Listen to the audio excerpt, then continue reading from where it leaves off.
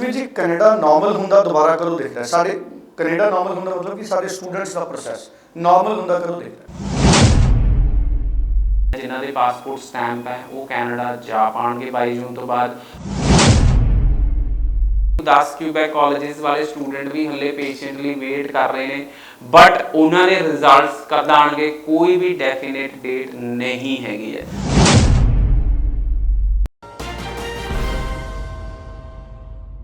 बहुत स्वागत है जी सारिਆਂ ਦਾ मैं हाँ सुरिंदर डल्ला बहुत खास शो देख रहे हो जसमीत भाटिया जी लैंडमार्क इमीग्रेशन तो मेरे नाल मौजूद ने और अप्रैल के अखीर तक असी धड़ाधड़ वीजे आते देखे कनेडा तो हालांकि PPR हुण भी आ रहे हैं रफ्तार PPR आने की थोड़ी जी घटी है पर दोबारा पुराने माहौल के उत्ते असी कदों आवांगे धड़ाधड़ वीजे दोबारा कदों आउणगे कि जून के एंड तक या जून के अध तक धड़ाधड़ वीजे आने की रफ्तार शुरू हो सकती है PPR होर तेज हो सकते हैं किहड़े-किहड़े कारण ने जिहड़े प्रभावित करनगे स्टूडेंट्स के वीज़ा नूं उन्हां दे पासपोर्ट सबमिशन नूं उन्हां दीयां PPR रिक्वेस्ट नूं उन्हां दे बायोमैट्रिक्स नूं VFS सेंटर्स कदों दोबारा ऑपरेशनल हो जाएंगे ये सारे सवाल ने जिहड़े बड़े अहमियत रखते हैं और इन्हां सारे सवालों के उत्ते जसमीत जी के नाल अज फिर गल करांगे। जसमीत जी बहुत बहुत स्वागत है। सत श्री अकाल। जसमीत जी कनेडा नॉर्मल हुंदा दोबारा कदों दिखदा है साडे कनेडा नॉर्मल हुंदा मतलब कि साडे स्टूडेंट्स का प्रोसैस नॉर्मल हुंदा कदों दिखदा है? सी ਜਿਹੜੇ कोविड केसिस हैं काफ़ी ज़्यादा ड्रॉप कर रहे हैं एकदम 2,80,000 तो ਅਸੀਂ ਅੱਜ 1,95,000 1,90,000 ਦੀ ਗੱਲ ਕਰ ਰਹੇ ਹਾਂ। ਸੋ ਕੋਵਿਡ ਕੇਸਿਸ ਜਿੱਦਾਂ ਡ੍ਰੌਪ ਹੋ ਰਹੇ ਆ ਮੈਨੂੰ ਲੱਗਦਾ ਕਿ 22 ਜੂਨ ਤੋਂ ਬਾਅਦ ਪੂਰੀ ਸੰਭਾਵਨਾ ਲੱਗ ਰਹੀ ਹੈ ਕਿ ਫਲਾਈਟਸ ਰੀਓਪਨ ਹੋ ਸਕਦੀਆਂ ਔਰ VFS ਸੈਂਟਰਸ ਵੀ ਓਪਨ ਹੋਣ ਦੀ ਪੂਰੀ ਸੰਭਾਵਨਾ ਲੱਗਦੀ ਹੈ ਕਿਉਂਕਿ ਕਾफ़ੀ ਸਾਰੇ ਇੱਦਾਂ ਦੀਆਂ PPRs ਆਈਆਂ ਹੋਈਆਂ ਜਿਨ੍ਹਾਂ ਦੇ ਪਾਸਪੋਰਟ ਸਟੈਂਪ ਨਹੀਂ ਹੋਏ ਆ ਐਂਡ ਸੈਕੰਡਲੀ ਕਾफ़ी ਸਾਰੇ ਇੱਦਾਂ ਦੇ ਕੀ ਕਹਿੰਦੇ ਆ ਸਟੂਡੈਂਟਸ ਨੂੰ ਬਾਇਓਮੈਟ੍ਰਿਕਸ ਲੈਟਰਸ ਆਏ ਹੋਏ ਆ ਜਿਹੜੇ ਐਕਸਪਾਇਰ ਹੋ ਚੁੱਕੇ ਆ। ਸੋ ਫਸਟ ਆਫ ਆਲ ਤਾਂ ਮੈਂ ਸਟੂਡੈਂਟਸ ਨੂੰ ਕਹਿਣਾ ਚਾਹਾਂਗਾ ਕਿ ਜੇ ਤੁਹਾਡੇ ਬਾਇਓਮੈਟ੍ਰਿਕਸ ਲੈਟਰਸ ਐਕਸਪਾਇਰ ਹੋ ਗਏ ਆ no problem those same will be acceptable by VFS centres and high commission for your biometrics. Secondly ਜੇ PPR ਨੂੰ ਵੀ 30 ਦਿਨ ਤੋਂ ਉੱਤੇ ਹੋ ਗਏ ਤਾਂ ਵੀ ਘਬਰਾਉਣ ਦੀ ਕੋਈ ਲੋੜ ਨਹੀਂ ਹੈਗੀ ਆ ਉਹ ਵੀ ਐਕਸੈਪਟੇਬਲ ਹੋਣਗੀਆਂ ਹਾਈ ਕਮਿਸ਼ਨ ਤੋਂ ਜਦੋਂ ਵੀ VFS ਸੈਂਟਰਸ ਖੁੱਲ੍ਹਦੇ ਆ ਤੁਸੀਂ ਆਪਣੇ ਪਾਸਪੋਰਟ ਸਟੈਂਪ ਕਰਾ ਸਕੋਗੇ। ਸੋ 22 ਜੂਨ ਤੋਂ ਬਾਅਦ ਮੈਨੂੰ ਲੱਗਦਾ ਹੈ ਕਿ ਫਲਾਈਟਸ ਵੀ ਓਪਨ ਹੋ ਜਾਣਗੀਆਂ ਜਿਨ੍ਹਾਂ ਦੇ ਪਾਸਪੋਰਟ ਸਟੈਂਪ ਹੈ ਉਹ ਕੈਨੇਡਾ ਜਾ ਪਾਣਗੇ 22 ਜੂਨ ਤੋਂ ਬਾਅਦ ਔਰ ਜਿਹੜੇ ਆਨਲਾਈਨ ਕਲਾਸਾਂ ਲਗਾ ਰਹੇ ਆ ਉਹੀ ਸਿਰਫ ਜਾ ਪਾਣਗੇ 22 ਜੂਨ ਤੋਂ ਬਾਅਦ ਜਿਨ੍ਹਾਂ ਨੇ ਡੈਫਰ ਲੈ ਲਿਆ they will not be able to travel.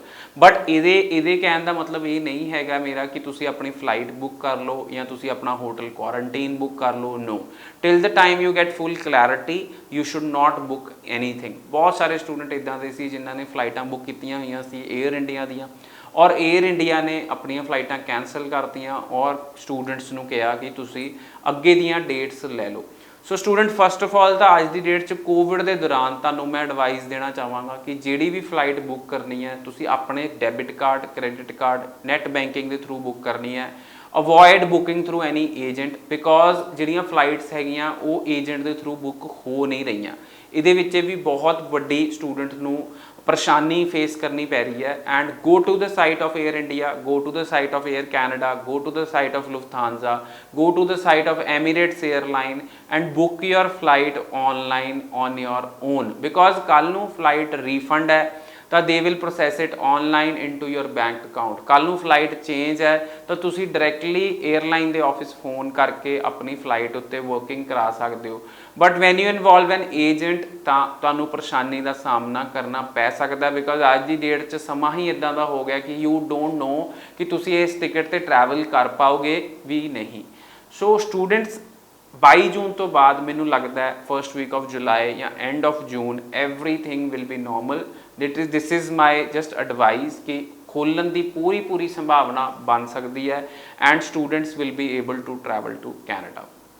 बिल्कुल ठीक है। सो ये सारिया संभावनावां ने जिन्हां दे उपर जसमीत जी गल कर रहे हैं और 22 जून तो बाद जिहड़ियां स्थितियां ने वो काफ़ी ज़्यादा बदलण की संभावना जिहड़ी पूरी बनी हुई है। जसमीत जी हुण सवाल ये है हुण स्टूडेंट अपना अपलाई करन दा प्रोसैस जारी रखन स्टूडेंट्स का अपलाई करन दा जिहड़ा प्रोसैस है वो किन्ना अहमियत वाला है इस वेले अगर स्टूडेंट हुण अपलाई करते हैं उन्होंने किस रूप च बेनिफिट हो सकता है? सी स्टूडेंट्स जिहड़े हुण अपलाई कर रहे हैं या लॉन्च कर रहे हैं अपनियां फाइलां या हले च ऑफर लैटर्स लिए अपलाई कर रहे हैं मैं उन्होंने कहना चाहना कि this is the time you can do all your planning. So you have some break, मतलब हले VFS सेंटर्स बंद है, you have some options, colleges 'ਚ सीट्स अवेलेबल हैगियां for September and for January. और तुसी हैरान होवोगे सुन के कि काफ़ी सारे कॉलेजेस सितंबर और जनवरी इनटेक क्लोज कर चुके हैं।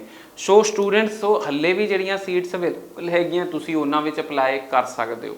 सो जो VFS सेंटर खुलते हैं या जो IELTS के एग्जाम प्रॉपरली होने शुरू हो जाएंगे with in next 10-15 days, I feel कि इन्ना ज़्यादा रश हो जाएगा स्टूडेंट्स नू, उस रश में स्टूडेंट्स किते ना किते कैनेडा जाने की अपॉर्चुनिटी नू मिस भी कर सकते हैं। कई बार स्टूडेंट इन्ने पेशेंट नहीं होंगे।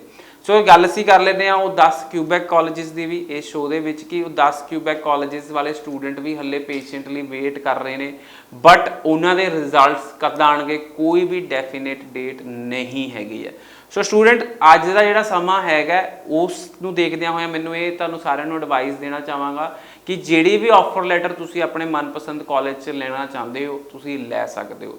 बहुत सारे कॉलेजेस एप्लीकेशन फी वेवर्स दे रहे हैं, Lambton college, Niagara college, Durham college, Fleming college, university Canada west, Trebas college, उस तो बाद असीं गल करते हैं सू कॉलेज के भी कोड्स आ रहे हैं, Loyalist College.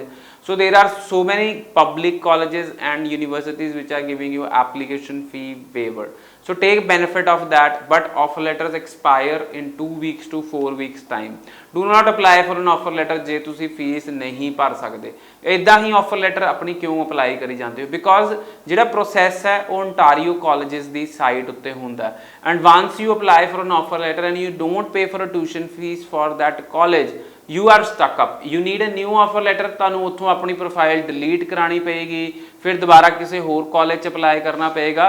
So that is a process. Only apply for an offer letter if you are willing to pay the tuition fees. जे तुसी ट्यूशन फीस नहीं भरनी और असीं कहने सरसरी तौर पर असीं ऑफर लैटर अप्लाई कर लीए, फिर तुसी अपना फ्यूचर विच होर डिले कर रहे हो प्रोसैस। सो काफ़ी सारे स्टूडेंट्स नूं एडवाइस चाहिए है, मैनूं लगदा फ्लाइट बुकिंग ते एक कॉमन जी चीज़ है, स्टूडेंट्स नूं एडवाइस चाहिए है। ऑफर लैटर अप्लाई करन ते भी स्टूडेंट नूं एडवाइस चाहिए है। 2020 च जिहड़े बच्चों ने हुण 2021 च जिहड़े बच्चों ने पेपर देने आ वो भी बड़े कन्फ्यूज ने, असीं किहड़े इनटेक च जावांगे। फिर उस तो बाद क्यूबैक वाले बच्चे भी कन्फ्यूज हैं कि मैं क्यूबैक अप्लाई करके बैठा हाँ, मैं विड्रॉ करा, रीफंड लवां, मेरे पैसे कट रहे हैं। मैं कहांगा कुछ जे पैसे कट रहे हैं please take an action on that. अज पैसे का नुकसान है बट जिहड़ा टाइम का नुकसान हो रहा बहुत ज़्यादा वड्डा है। So student take an action, take a decision. And जिहड़े स्टूडेंट हुण 2020 वाले हैं वो कहते हैं असीं IELTS की ट्रेनिंग उदों करांगे जो ऑफलाइन क्लासां खुलणगियां। जे ऑफलाइन क्लासां खुलियां ही नहीं आने वाले 4-5 महीने फिर की करोगे? सो बड़ी ज़्यादा कन्फ्यूजन चल रही है मार्केट च, बहुत ज़्यादा कन्फ्यूज है सारे पॉइंटां उत्ते स्टूडेंट। बट तुहानूं एक राइट कंसलटेंट, राइट गाइडेंस की लोड़ है। उस वास्ते असीं शॉर्ट वीडियोज़ भी करी दी तुहाडे लई, डेली लाइव शो करीदा, 2 टाइम्स लाइव शो भी करीदा। तुसीं सानूं कॉल कर सकते हो 90-413 90-412। साडी टीम भावें काम घरों कर रही है या ऑफिस तो कर रही है या कित्थों भी कर रही है, साडी कोशिश है कि तुहाडी कन्फ्यूजन दूर की जाए। If you want to contact me, email me at info@landmarkimmigration.com. It is not possible for me to meet student, but I will try to solve your queries on email और Zoom session ਤੇ ਤੁਸੀਂ ਮੇਰੇ ਨਾਲ counselling ਲੈ ਸਕਦੇ ਹੋ। ਬਿਲਕੁਲ, ਬਹੁਤ ਬਹੁਤ ਧੰਨਵਾਦ ਜਸਮੀਤ ਜੀ। ਸੋ ਬਹੁਤ ਇੰਪੋਰਟੈਂਟ ਇਨਫੋਰਮੇਸ਼ਨ ਜਸਮੀਤ ਜੀ ਨੇ ਇਸ ਸ਼ੋਅ ਦੇ ਵਿੱਚ ਵੀ ਸਾਡੇ ਨਾਲ ਸ਼ੇਅਰ ਕੀਤੀ ਹੈ। ਸੋ ਮੈਨੂੰ ਲੱਗਦਾ ਸਟੂਡੈਂਟਸ ਇਹ ਸਾਰੀ ਇਨਫੋਰਮੇਸ਼ਨ ਦਾ ਖੂਬ ਫਾਇਦਾ ਚੱਕਣਗੇ। 90-413 90-412 WhatsApp ਕਰੋ, info@landmarkimmigration.com ਤੇ ਈਮੇਲ ਕਰੋ। Thank you so much Jasmeet ji.